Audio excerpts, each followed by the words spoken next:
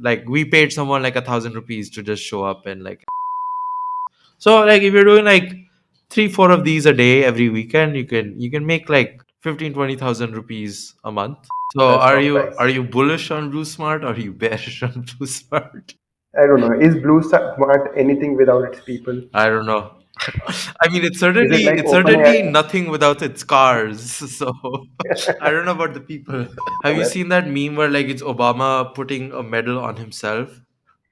correct. That That's also, that's yeah. what this reminds me of. But Shobhit, have you seen any Studio Ghibli movies? No, You are part of the I problem. so no. I'll tell you what. Ghibli I have seen paglus clips. have ruined the internet for all of us. Welcome back. To another episode or video or what is it? Our pod video podcast, Pod video, video vodcast. podcast.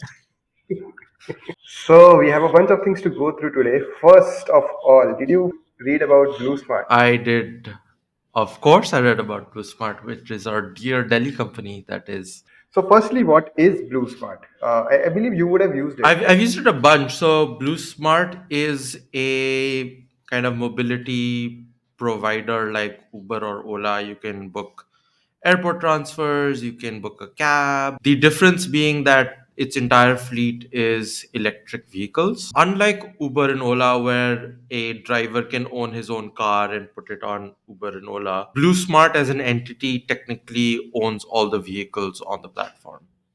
There are some financial engineering that, I mean, the actual entity might not own the cars itself, but the cars are managed by BlueSmart's entities. Okay, but as a rider, do you care? I don't care. Well, okay. I will add a small distinction that most people in India don't take very good care of their cars.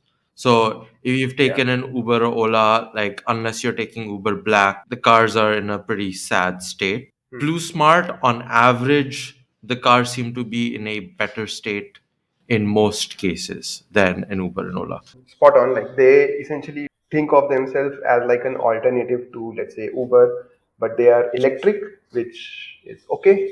Like I don't really care about that much, and they are like very efficient. Just to give you some numbers, Uber and Ola both have a fleet size of, we don't know, but like more than a million, and the revenue for Uber is 3,700 crores. The revenue for Ola is about 2,000 crores. Similarly, Rapido has a fleet size of 6 lakh, which means zero point 0.6 million. Do you know what the revenue of Rapido would be if Ola was 2,000 crores? Rapido would be like 500 crore. Yeah, 615, yeah, correct. yeah, But Blue Smart has a fleet size of 8,500. yeah. That's it. But you know their revenue, I do. I think it's like 400, 500 crore. Yeah, 376. yeah, yeah. Well, I mean, I think Yeah, this so goes to show you like Rapido, three wheelers, two wheelers, finally getting into cabs now, where you're going from like super small ticket items to slightly large ticket item products. And Blue Smart's kind of been the opposite way, where they started off with only cab transfers, where in Delhi you're paying at least like 500, 600 rupees. In Bangalore, upwards of like 1,000, 1,500 versus Rapido. May I'm going to the car near home, or I take Rapido to my gym and it costs me like 50 rupees. So correct. different kind of scale of products, different kind of use cases, which result in this disparaging of revenues basis the fleet size. Yeah, so but if you look at the revenue per fleet, per car or per whatever transport, Blue Smart is way Yeah, ahead of all the yeah, competitors. I don't know about Chauffeur, set aside that, yeah. but the Uber, Ola, Rapido, Blue Smart sort of kills. You said that they are the ones who own the car, but apparently that's not true. So Who owns the cars then? yeah, that's the topic of our story today. Okay, okay. So did you know when Blue Smart started, it was not called Blue Smart, or at least the company was not called Blue Smart. It was called Gensol Mobility Private Limited. Okay, okay. Gensol is a public company. It's in procurement space and it like does some stuff that is that I know are keywords that exist, but I don't really understand what those keywords really mean. Do you want to tell us those keywords? I know they do something around solar and renewable energy, and that is all I remember. So solar and renewable, for example, is something that I think they started very late. Oh, okay. So they are an EPC company. EPC stands for engineering, procurement, and construction. They are the ones who sort of provide like these things, and they wanted to diversify. And that is when they decided to get into ride-hailing business in 2018. That diversification essentially is the start of BluSmart. So when they started as the Gensol Mobility Private Limited, and then later it changed to BluSmart Mobility Private Limited. Having said that, BluSmart claims, and I guess it's true as well, Gensol doesn't own anything in BluSmart. Only the Gensol directors, they have like a major shareholding in BluSmart, Okay. Did which is obviously right off the bat Yeah, yeah, shady. yeah. I guess did they ever own a part of it, even when it was called Gensol Mobility, or do we not have information about that? We can only speculate, we don't have the Okay. information, but Yeah. that's what everywhere I've seen it's written that Yeah. they like the directors are the owners, Yeah. not even the owners. They are just the ones who are sort of operating it, or not even operating. They have like a CEO team and everything in place, but they are like the shareholders, major shareholders. It started in 2018 as Gensol Mobility, later changed to BluSmart Mobility. What Gensol did was they wanted BluSmart to have an asset light model, just like Uber and Ola have. But in Uber and Ola, they don't really have the cars as well. They are like, we expect the driver to get the car. But in BluSmart, they decided that we will lease the car from somewhere, and then we will provide those cars to the drivers to use, so that we can provide like a better experience, I guess. And where did they lease it from? It's from Gensol.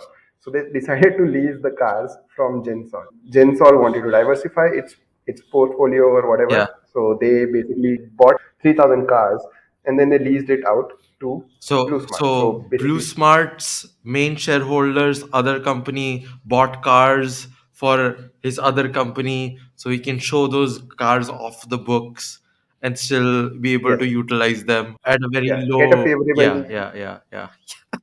yeah.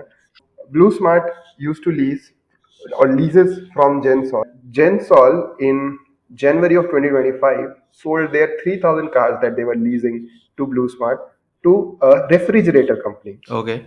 Okay, so there's a refrigerator company called Reflex Industries. They created a Oh, new arm called Reflex Green Mobility, and they bought this lease from Gensol and they started leasing out to BluSmart. yeah. So out of the 8,500 fleet, apparently 3,000 were leased from Gensol. So BluSmart says that they have other leasing partners as well, but and then they also had mentioned that maybe Gensol is not the major one, Yeah, I know there's but this other company 3,000, called EESL who they used for their first, like, I think the Mahindra EVs that are now they're kind of filing a lawsuit against them, and they're stuck in some situation because the Mahindra EVs apparently didn't have very long lifespan. So all their yeah. old EVs are sitting in a junkyard somewhere. Yeah. But they essentially lease from Oryx, which is like a well-known leasing company. Okay. It's a very big international company, like not an Indian company. They lease from Kinto, which I don't know about anything, and then Mahindra and among others, like these are like the major leasers. So Mahindra is the same story that you were talking Yeah. about. So these guys were basically leasing the cars from, let's say, these suppliers and giving it to their drivers, and then drivers were the ones who were running around with the cars. And uh, the good thing about about BluSmart as a business is they were always sold out, because I guess they have like a smaller number of cars, and the demand is, and they have like better cars than the Yep. alternatives. So people obviously want to sort of use them, and I guess they come out at maybe a small slight premium than, let's say, Uber or the Huh. other competitors. So it's not like a big premium, small premium. And I guess their explanation has been that because it's an EV, their running costs are lower. Yeah. Yeah. I don't know how much I buy into it, but No, fine, I, we'll I take I it. remember chatting with the Chauffeur founder back in the day, and he had talked about how, like, your utilization for EVs is kind of better than petrol cars because they can go much longer on a single charge. Like Chauffeur uses the BYDs that have like a 400-kilometer range, so you're able to drive much better Mm. utilization out of the EVs, and apparently that's why it makes more sense to run a fleet business with EVs than normal petrol or CNG or diesel cars, regardless of the like environmental impact. I don't think that's the reason why any of these are doing it. I mean, they might claim, Yeah, but I mean, yeah, yeah, that's not the business reason. So yeah, essentially, these guys were running. BluSmart was running the EVs that they had taken from Gensol as a lease. In January 2025, they sold Gensol sold 3,000 BluSmart cars to a refrigerator company. Recently, Gensol's credit rating was downgraded from D status, which is junk. Like essentially, they can't take any debt anymore. Or I don't know if what happens to the debt they already have. I yeah, think yeah, maybe the interest rates go up. Like depends on the contract side. And this happened because they were accused of falsifying the data. Apparently, there were corporate governance issues. They were showing some wrong data based on about the lease, the time, and all this whole mess about who owns what. Right? The agencies that downgraded them to D status also sort of accused them of falsifying the data. And when the acquisition happened, yeah, their share price went into a free fall. yeah, yeah, So uh, right now it is 80% down from the past 1 year, but it was already on a very small downward yeah, trend. yeah, yeah, But in February, basically from 10th of February to now, it is 75% down. So 5% it was like down anyway, but 75% down. It just Zoop did a reverse yeah. Tesla, went down. And It- by the way, this was the company which was hailed as India's Tesla for some yeah, reason. yeah. Like when the stock price was going up. And they've been hitting basically the lower circuit almost every day. I don't know if you've seen the stock chart for the last 5 days, but I don't want to speculate, and this is not financial advice, so do your own research. But it seems like there's a lot more pressure to sell that is probably still coming. That by the time this episode comes out, it might be even lower. Yeah, so right now it is at 184.5. Yeah, So it is nearly at 900 yeah. something. So that's the fall it has. Now it has also split its stock 1 is to 10. Oh, So the okay. price actually shows also lower. Acha. But it has obviously gone down 80 Yeah, percent yeah. in the market cap, Yeah. But so I right? do think the company, like the business, was started with the right intentions, at least. Like everyone remembers when Uber and Ola came in like 2015, 2016, and the quality of the cars used to be really good. And that has slowly deteriorated and deteriorated and deteriorated. And as a country, we are kind of becoming more premium, at least in India. One, like we saw in the Bloom report how like India one is getting, it's not widening but it's deepening, so people are spending more on things. So it would make sense for a premium cab service to come in and build something. It just maybe needs to be backed by more fundamental capital or something else that is different, that like is of that high quality, because us going back to Uber's and I can't get any like work done is not the solution here. Why are you getting work done in cabs? If I'm stuck in the traffic for an hour, then I might as well get some work done, now. Okay. Yeah, I mean, so the thing is, my theory is that because these were new cars, you liked it. Yeah, And eventually, what happens is you sort of need to get like a return out of these cars and you stop investing more money into it. And they go down in their maintenance, or I mean, they're not maintained well, and then they become like a bad car to sort of work out of. yeah. But why can't we have Or cars that are maintained well? Like, I mean, the rest of the world does this. we don't have good roads like the rest of the world. Okay. So the maintenance cost is more in India, is what I assume. Fair. Okay. No, I like, okay, fair enough. Like, then you kind of need like constantly rotating out cars, and at that point, it's hard to. Maybe that's why leasing is a good Yeah. option because let's say you do lease Yeah. and then maybe 2 years later you're like, okay, I want a new car. Fair. I mean, we'll see how Uber Black's kind of been reintroduced in Bombay and Delhi and a couple other places. I don't know if it's in Bangalore yet, but they've come out with like nice SUVs and nice. They're not electric, but they're kind of nice cars. So we'll see if they're able to maintain that quality of service in a year or two, or if they Hmm. also kind of go down the same way. Yeah, I mean, I think same with Chauffeur. I believe right now it's like they are the new cars. Yeah. I'm not doubting them, but it just in my mind, it's like, okay, for 5 years down the line, if you use the same car, it's not going to be as well maintained as it is right now. I like the only kind of pushback I'll say is like all these like five-star hotels have like car services and they maintain their cars well. So maybe like if you keep it small enough, you are able to maintain that fleet. And then, yeah, I guess you have to obviously, then the growth will not be as Yeah, quick, I yeah, guess. yeah, You have to make sure that then you operate a very small number of cars, you reduce your net margins essentially, and you play the very long game, which if someone is willing to do that, I guess they can do it theoretically, yeah. I mean, I don't think it's necessarily venture backable or scalable, but it is doable. doable. Yeah, Yeah, I mean, so before Uber and Ola had, come onto the scene, I don't know if you've ever booked a cab, yeah, not a auto in yeah, India. You would just call up a guy and they will like send you a very nice car. They would have a fleet of, let's say, 50, and they would send that car to you. And it was like whatever, but it was expensive, yeah, which I guess because it was expensive, they were able to use that money to sort of do the maintenance. So, I mean, it all comes back to like if you are charging more for the car, maybe you will have enough money to sort of then, fuel.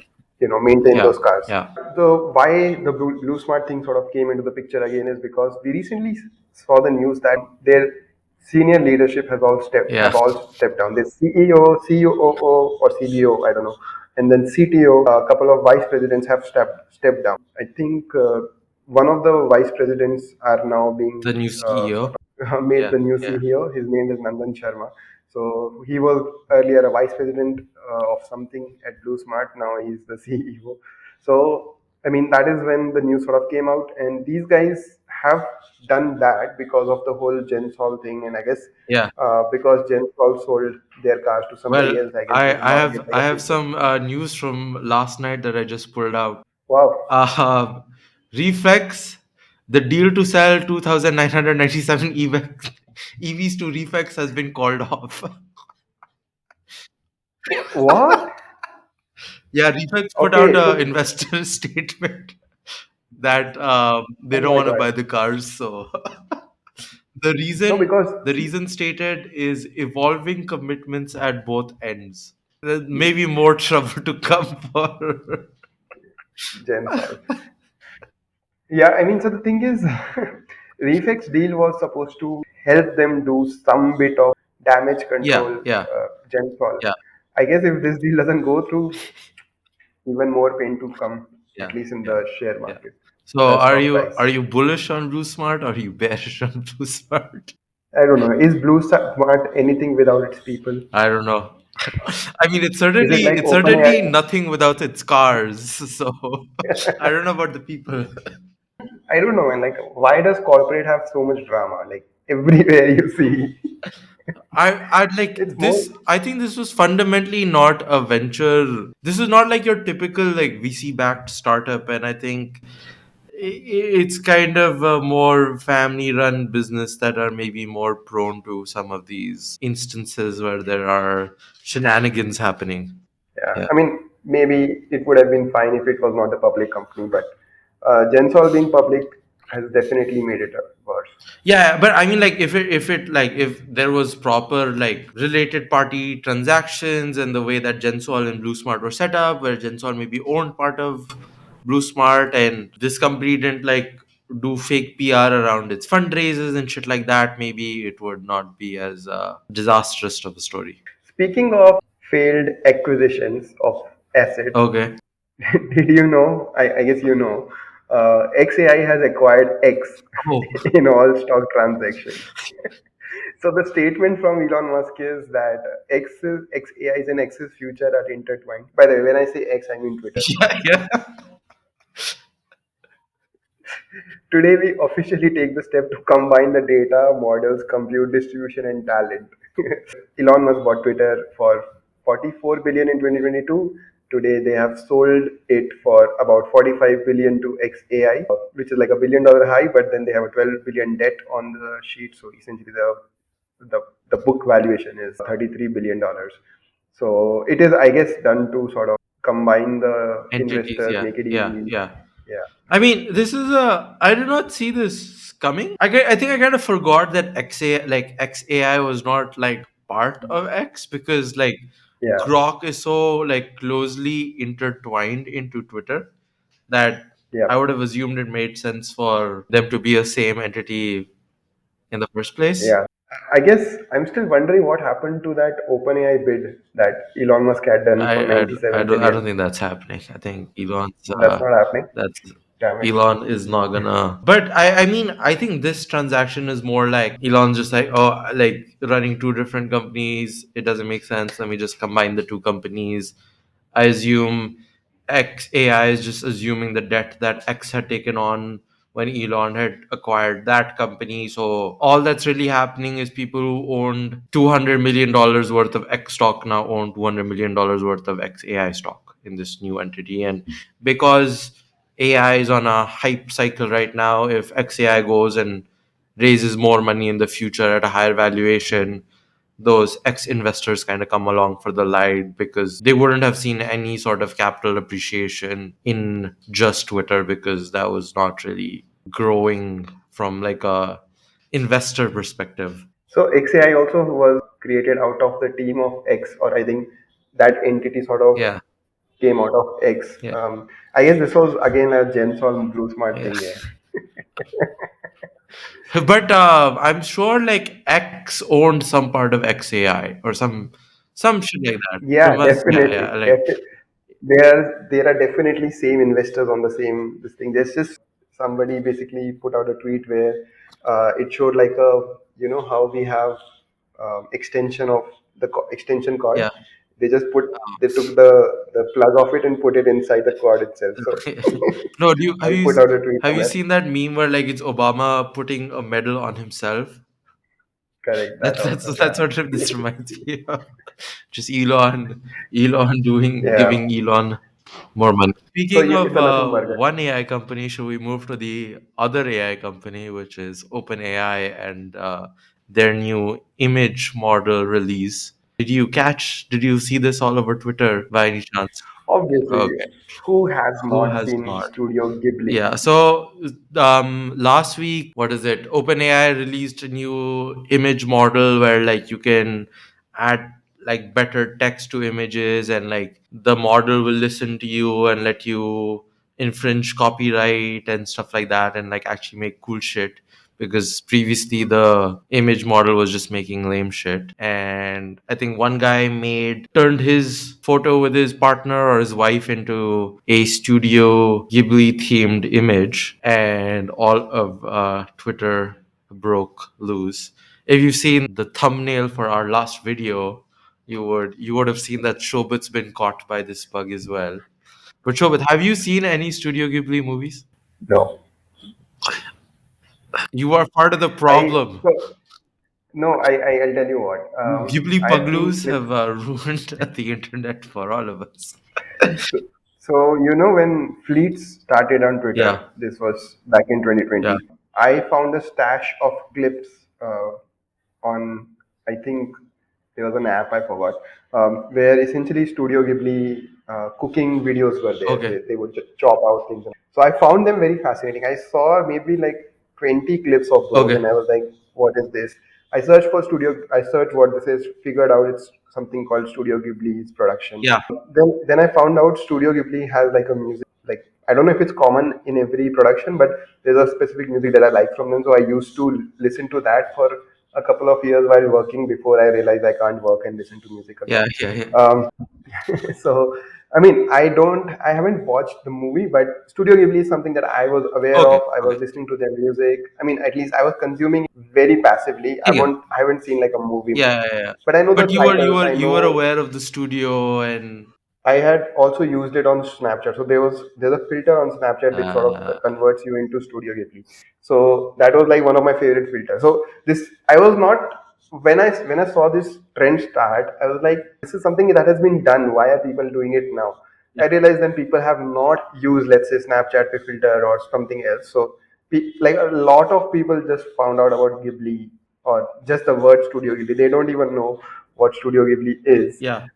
They just know that if you put this keyword somewhere, then you get an image out of Yeah, it which yeah, looks cool. yeah. I mean, I think that's what my issue with a lot of these posts were, that like people are just jumping on the next thing they see on the internet and generating images out of it without really understanding what the art behind some of this is. And okay, maybe like it's not fair of me to be like, oh, you're not allowed to generate these photos without understanding. I think I've been more upset on this on Twitter because we finally have this new breakthrough technology where we can create almost anything and art of any different style. Why are we not doing other things and creating images that look like mythological Indian inspired images, or Dragon Ball Z or Naruto or this anime or that anime? Why is everyone kind of jumping on one aesthetic that they kind of have no affiliation or interest in personally? Like it doesn't feel authentic to me when like everyone's making Ghibli images and they've never even seen a Ghibli movie or understand what the studio is about or what kind of content they've produced in the past. Yeah, my view is more of like, I mean, it's fine to be honest, because this is something that they have been now introduced to. Like, there's always something that introduces you to something. Let's say if you have not heard of Studio Ghibli before this trend, now you do. Like, if you look at the search volume, exploded, Yeah, right? yeah. So, I mean, it's fine. A lot of trends are just like that No, yeah, trends, but right? they are. But like, for example, like I personally am looking down on someone who's kind of discovered Studio Ghibli this way because I'm like, oh, you have terrible taste. That this is how you found out about Studio Ghibli. Like, I would not respect you as a human being if this is how you discovered the studio. But that's just me. that I'm a hater, so yeah, uh, that's a bit harsh, but okay. It's okay. You're from Delhi. yeah. No, I mean, I like I read a good let me pull this up. I read a good post around this by this woman called Sindhu Shivprasad, who writes this newsletter. And she said AI removing the barrier to entry to creation is like saying we've removed the barrier to entry to mountain climbing by installing a lift to the peak. Yes, more people can now reach the summit, but have we actually made mountain climbing more accessible, or have we just changed what it means to climb a mountain? Everyone can like create Studio Ghibli inspired stuff now, but are they actually doing the work that it takes to create inspired stuff, or are they just doing something that magically does something and they've not done jack? So yeah, this has been an argument since forever. So when Photoshop came out, Yeah, people were like, or even Microsoft Paint for that matter, people were like, this is not real art. Digital art is not real art because you're not really using the, like, if you made an image, yeah, do some like look like Mona Lisa yeah, on your computer. Is it the same thing as actually painting the Mona yeah, Lisa? yeah, It's not, but it's still something new. Like, yeah, it's yeah, I also tweeted about this thing, which is, I feel like AI art. So a lot of people were basically saying that AI art is not really art, and then you should, like, a couple of people tweeted at me like, lift a pencil. I was like, I mean, if I lift a pencil now, it will take me maybe 5 years to get to a point where I can maybe make Studio yeah, Ghibli, yeah. No, no, which longer, is longer. which for sure. I mean, I'm being like giving myself the best case. And I'm not saying, by the way, that it devalues, or it doesn't mean that people who are building it by a hand, they are doing something wrong. It's just that most of the people won't do it by hand. It's like very similar to, let's say, typewriters. So when Microsoft Word was invented and we had like computers and laptops and whatnot, we sort of shifted away from the need for a typewriter to doing it yourself. Now, if I do it, am I at the skill level of a real typewriter? I'm not. I'm nowhere near the skill of a real typewriter. Does that mean I should not type on my computer? Yeah, yeah, No.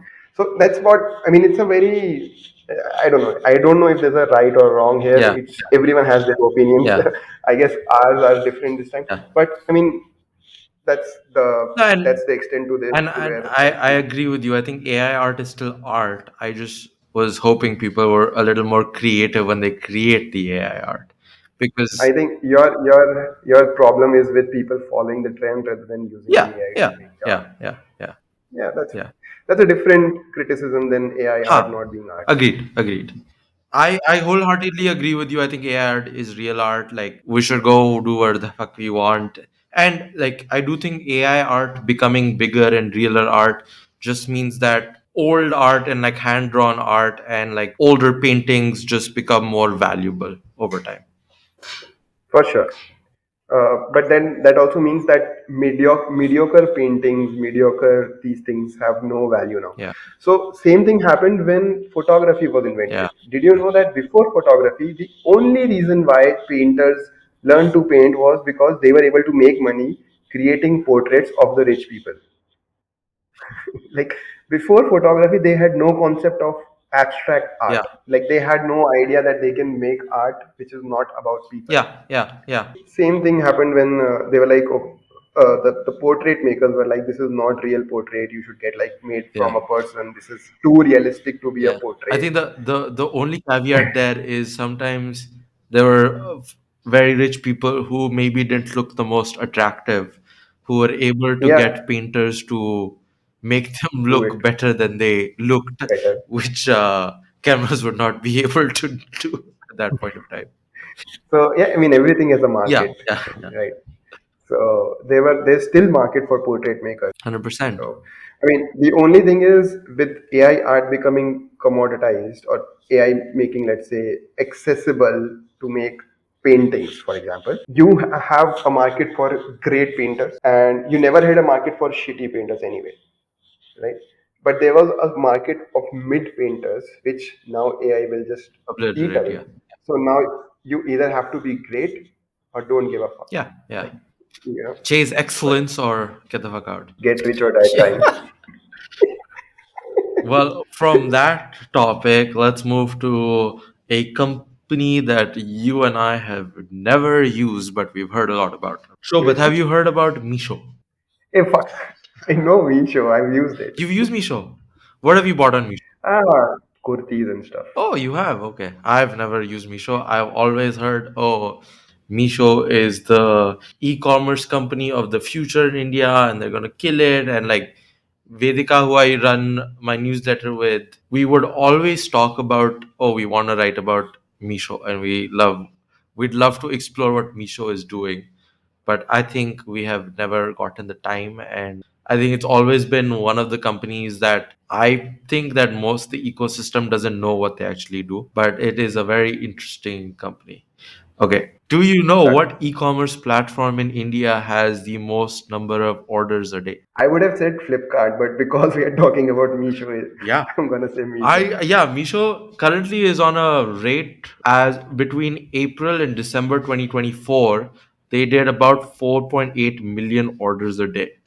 And like the last data point I had on Flipkart and Amazon, they were like roughly half or like 60% of that. So Meesho scale way past beyond the like trad e-commerce players in India. They have 187 million annual transacting users. I was kind of shook when I heard that number, because I think the number you keep hearing in India is, oh, there's only 100 million people who buy things online. That is roughly what Bloom's report told us. But the fact that this is already beyond that is kind of interesting. Though I think that report probably said that they are the ones paying for stuff online rather than COD. I'm guessing. हाँ ठीक है, fair enough, हो सकता है. Meesho is doing almost 5 million orders a day. In between April December, they did 1.3 billion dollars, 1.3 billion orders. They are the first horizontal e-commerce company in India to generate a positive free cash flow, which I did not know about. And the reason why we're talking about them is last week, the company released its first annual report. This is usually something that only public companies do, as far as I know of, but it seems like in a bid to go public soon, Meesho is kind of working on such kind of reports to get ready for the public market. But but But did you know that this data is anyway accessible to you? So there's this well, website called MCA. most of this data is accessible, not like the Yes. balance sheet and the revenue numbers and stuff like that is accessible. The particulars Yeah. of like how many orders we do and Correct. Correct. what Yeah. So and yeah. PNL and balance sheet is accessible, but yeah, I mean, Yeah, but go also on. like I mean, have you ever tried using the MCA portal to get data on a company? It is usually not working 95% of the times when I have tried. Quick sidebar. Yeah. Whenever I used to pitch a company in my early days, Yeah. I would go to MCA, download their financials, and see what they are making Yeah. before I actually create a code. You have to pay to get that data. It's not free. It's like I know 100 cost. like 100 rupees per. Yeah, cost of lead. Yeah, fair. I mean, I remember like when Vedika and I started the newsletter in like 2020, 2021, when we were trying to get information on companies, we'd like log on to MCA and try to pull data. And then they were like, oh, you are not in India right now. We can't let you pay. And like, I was never able to like access data from the MCA portal when I was sitting outside India, which is why I was always very sad. But rebar into Meesho. So Meesho has been kind of prepping to go public, I assume this year or next year. They, I believe, started off as a US entity because they went through YC. I assume they're in the process of flipping back or they've flipped back. Let me Google. I actually don't know. They would have for sure. Yeah. By now. Okay, so in January they finally approached the national whatever law tribune to flip back to India, and it is expected to have an IPO sometime next year. The scale of the company has been kind of like very dramatic. Like the company started in 2016 and they're already doing more orders than Flipkart that was started in like 2008. The other thing about Meesho that is super fascinating, did you know that Meesho runs its own logistics network? Yeah, I did not know that. Yeah. So in the early days, they were obviously kind of reliant on third party logistics providers like Shadowfax and Delivery and Ecom Express and all these. And over time, as Meesho started becoming larger and larger, Meesho became the largest customer of these third party logistic networks. And I think about a year or a year and a half ago, they introduced something called Valmo, which was their own logistics network. And a couple of months after starting, they were processing about 30% of their own shipping volumes. And like this is when like delivery was going public and ecom express I think had filed to go public, and one of the biggest concerns for public market investors was like, oh, Misho is like your biggest customer and it's taking away volume from you, or like what are you guys gonna do? I think recently I saw they're now already doing like 40% of all their shipments, and they're able to kind of get that down by 5-6% then if in order would use a third party logistics provider to use. So that was the other really interesting thing I learned about Misho in their report. And kind of lastly, do you think how do you think Misho is using AI? I know that they are using it for customer support. Yes. Yeah. So yes, they are using it for customer support. That was the other call out they had in their operational efficiency or whatever. They call it AI driven innovation. So apparently they use a chatbot that resolves 90% of user queries at 20% of the cost. I don't know if this is tech they've built in house or a third party service they're using, but it seems like every e-commerce or transaction-driven business is using Gen AI for customer support. So, I'm Yeah, at the very least, chatbot is something that a lot of people are using. But I guess they, from what I've heard, they also use some phone call automation. oh, okay. Yeah, I'm sure all of them do like um, Yeah, IVR. automation and No, no, no. This is like you calling to an agent. yeah. They're talking to you in natural language, and if they're not able to do it, then they sort of put you to a real human. Oh, okay. So you like your first level is talking to a voice AI agent, and then your First is chat, the second is voice agent, and then third is like a human. makes sense. So yeah, those are all the stuff I learned about Meesho, and I don't know if I still will order anything on Meesho, but I am excited for the IPO next year. Are you applying? I don't know if I can apply, so I will apply in my parents' name. Yeah, I mean, same thing. Why can't you apply I don't though? have a Like, Demat account. that's a not a American problem. It's a No. you It is problem. an American to open a Zerodha or Grow account as an NRI, you have to file like physical paperwork. But you are an NRI that lives in India. Yeah, well, as a non-Indian citizen, for me to get a Okay. Zerodha account, I have to Yeah. print out, fill out paperwork, and ship it to the Zerodha office. And Okay. that's not something I am. That's too much work when I can just log So into my mom's Zerodha account and make and do transactions it. Yeah. on that. So did you know that that's how I got my Zerodha account? Oh wow! But what was your Yeah. So problem? I did not have Aadhaar connected to my phone. Oh So like, and plus I'm not the guy. I'm like one of those Aadhaar skeptics. So I I I was like, I don't have an Aadhaar, guys. Now you tell me how do I get yeah, an yeah, yeah. account? So that is why the Dhan app is something I wanted to try. I was like, non-Aadhaar, tell me how do I ship these documents to you? Yeah. And they're like, we don't support that. I was like, I guess that's it then. Wait, so your Aadhaar is still not connected to your phone number? Yep, So you can't do Aadhaar based auth? yep. Wow, I can do that. But can you open a Zerodha account I based mean, on I that? can, but I mean, I can't open a Zerodha account based on that. But because I was in Bangalore, so they're like, we'll ship a guy to you. Yeah. So they're like, these are the forms, just sign them. The guy came, took like some $300, and like my account was Okay, open. maybe next Bangalore trip, I will go sit at the Zerodha office and get them to Yeah. help me out. But coming back to Meesho, what do you think? Like, did you talk about the revenue? No, huh? No, I did not. Okay, we can talk Yeah, about the or revenue as well. margin or something, There something there were no similar. things like that in the report. But What the fuck?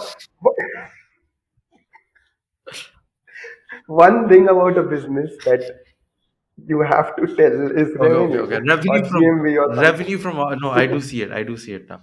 Revenue from operations has been growing at a rate of 50% year on year for the last 3 years. So Hmm. FY22, it was 3,200 crores. Hmm. FY23, 5,700 crores, and last year 7,600 crores. So maybe by next year it'll be like over $1 billion in revenue, which is Oh, wow, they're close to IPL now. yeah. And then their profit after tax, excluding ESOP costs, and I don't know how much ESOP costs going to be because I'm sure that will drive that number down dramatically, as it always does. So in FY2, they lost their PAT was negative 3,000 crores. Then in FY23, their PAT was negative 1,600 crores. And then Hmm. FY24, their PAT was only negative 53 crores. So, like, tremendous movement in their operational, Adjusted PAT. yeah, their adjusted PAT. Now, I'm sure ESOP costs drive that significantly downwards. But as a result, But like free cash flow over the last 3 years have also changed a lot because 20 FY22 and FY23 was about negative 2,200 crores and negative 23 crores, and then last year it was 197 positive crores. damn. So I think this year will be a good year to see like what the numbers are gonna be before IPO once this information gets out after this quarter ends in 2 more days. We will hopefully see another report like this in the next couple of months. But I've heard somewhere that they don't charge merchants Yes, anymore for. 0% commission.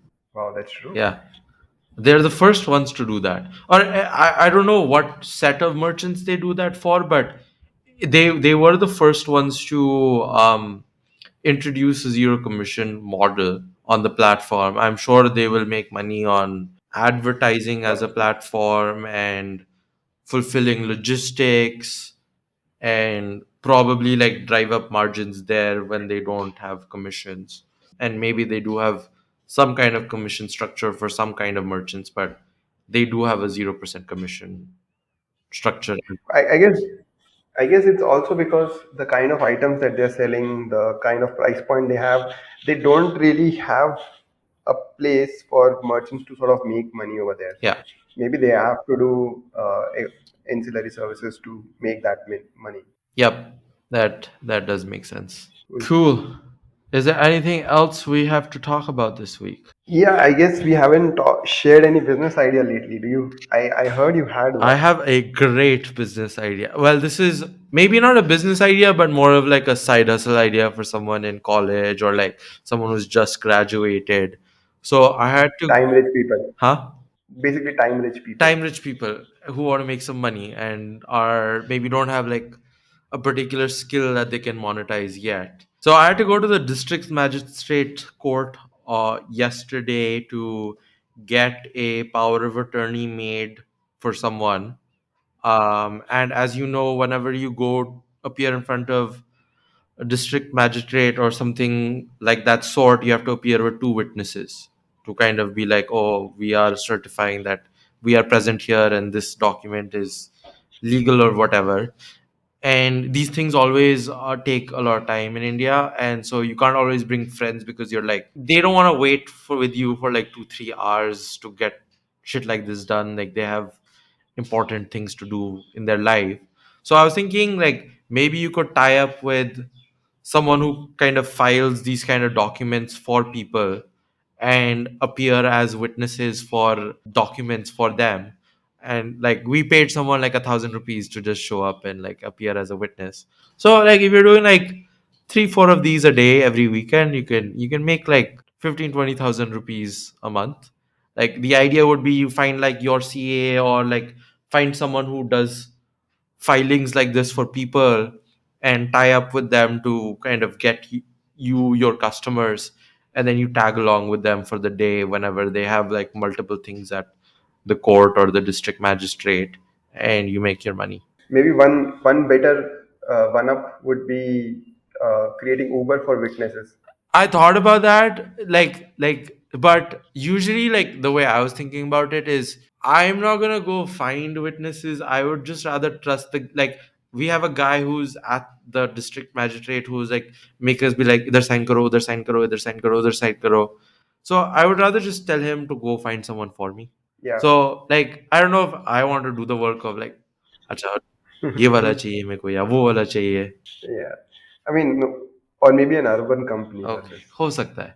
But then I would want Yeah. the entire kind of filing plus witness Together. together. I mean, yeah, I totally on board with the problem. 1,000 rupees seems a bit steep, but I mean, who cares? I was not the one paying, so I'm happy she too. So who My paid? mother, she had to get them.